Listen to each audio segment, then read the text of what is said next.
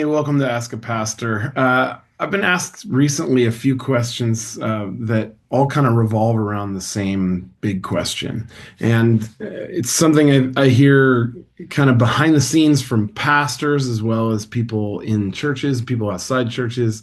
And it's basically the question of what is the point of ministry, or more even specifically, what is the point? What does a pastor do? There's a joke among pastors often that we only work for 1 hour a week, because church service, and then what else do we do? And of course, I think most people know there's a lot of preparation that goes into the worship experience and preaching. And there are many pastors, and in fact, I think a lot of this question will depend on which pastor you're talking to. But many pastors view the main part of their job to be the preaching, the proclamation of the word of God that happens on a Sunday morning through the sermon or the message. And I do think that's a really important part of what it means to be a pastor. But I think there's actually something even more central.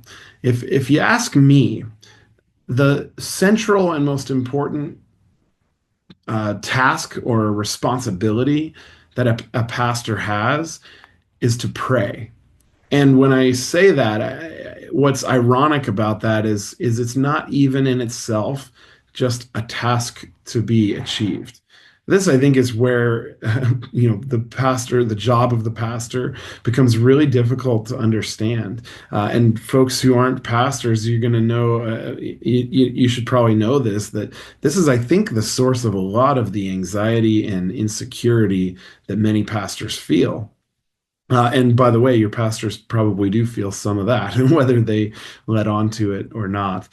But that insecurity comes from the fact that the main job that we have, to pray, is actually something that's dependent on not our own activity, but God's.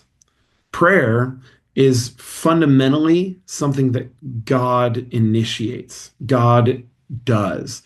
In fact, I like to say it that prayer belongs to God before ever it belongs to us. And that's actually, I think, emblematic of a lot of ministry and a lot of the things we do as Christians. Is all of us, everything we do is responsive. God initiates, God does the work, and human beings get to respond and participate. And so I remember one Sunday morning I was talking about prayer with our young people or children. Once a month or so, we have a children's message in our church service. Many of you probably experienced that if you go to church regularly. And at our church, we call the kids up to the front, and I wear my robe, and they love that. The kids are into that, kind of the fun of being up in the front with Pastor Wes. And we were talking about prayer, and I asked the kids the question, hey, what is prayer? And one kid answered by saying, hey, it's when we talk to God. And I said, yeah, awesome. That's the right answer. But in a quick moment, I felt this need to kind of correct myself a little bit and say, yeah, but it's also when God listens to us. And even though I said it, it was surprising to me. And I think it was maybe more surprising to me than to anyone else in the room. But I wonder if that's the definition of prayer. Prayer is God's listening to us. And so prayer is something that's happening, something that God is doing all the time. And we practice prayer, we participate in it when we find ourselves leaning into that, abiding in God, and sometimes with our words, sometimes with our groanings, sometimes with our thoughts, we meet God in that space where God is listening. We do talk to God, but it's responsive. I think that's fundamental to what it means to be a pastor, is that our job is to allow ourselves and to teach others to rely on God and to respond to God's action, to be people who participate in the work of the primary agent in history, and that is God. And so, what's counterintuitive about that in our society is we live in a world that has a difficult time even understanding or even believing in God. And so, for someone whose job is to rely on a God whose even existence is sometimes contested, it makes it really hard. And that's why I think some pastors do resort to thinking of their jobs as primarily the things they do, the list of things they do in their job description.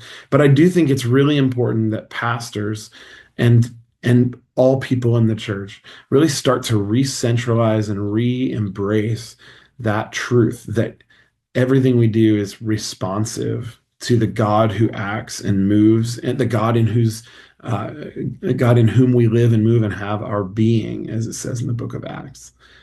So, the job of a pastor, yes, there are many things a pastor does. A pastor prays, a pastor preaches, pastor prepares bulletins for worship Sunday. They usually have a really good office administrator to do most of that work. They visit people in the hospital. There's a whole nother, I could have a whole nother video here. I probably will sometime about how important that part of the job is. And they really could, you could list all the things pastors do, but what makes a pastor is that relationship with God, that relationship grounded in prayer. And what defines the calling of the pastor is allowing a space for that to continue to happen in the lives of the people in their church.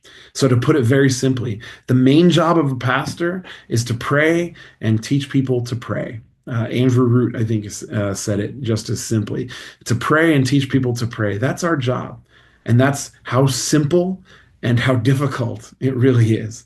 So have some compassion for your pastors if you're not a pastor, because it is counterintuitive in a society that measures worth sometimes. We've heard a lot of the word meritocracy in recent years, a world that kind of measures us according to what we can contribute and do, and the list of things we've accomplished. It's difficult on pastors because our job is not, should not be measured by those standards. Our job needs to be measured in the much more ethereal, much more mysterious space of relationship, of what Hartmut Rosa calls resonance, of the space you can't control, measure, replicate, or count. So have some compassion on your pastors. And pastors, if you're a pastor listening to this video, you are give yourself some grace. You will feel the strong temptation to define your work and to define your job according to the resources that people expect you to offer them, according to the list of works you're supposed to do. But I would encourage you to embrace that true calling, that deeper calling, to be in prayer and to invite others in prayer and to see that as your main primary job. That's what pastoral ministry is. So I hope that's a helpful thought for you. I hope that's maybe it's a little challenging. Maybe it's the first time you've heard that idea before, but it's good food for thought, and I encourage you to think through it and ask questions along the way. If you have questions for me, of course, you can go to the website and there's a form you can fill out to ask a question. And I will try to do these videos more often. I know it's been a little while since I've done one, but thank you for coming by. And I hope, the next video is just as helpful or even more helpful than this one. Thanks for coming by and have a good day.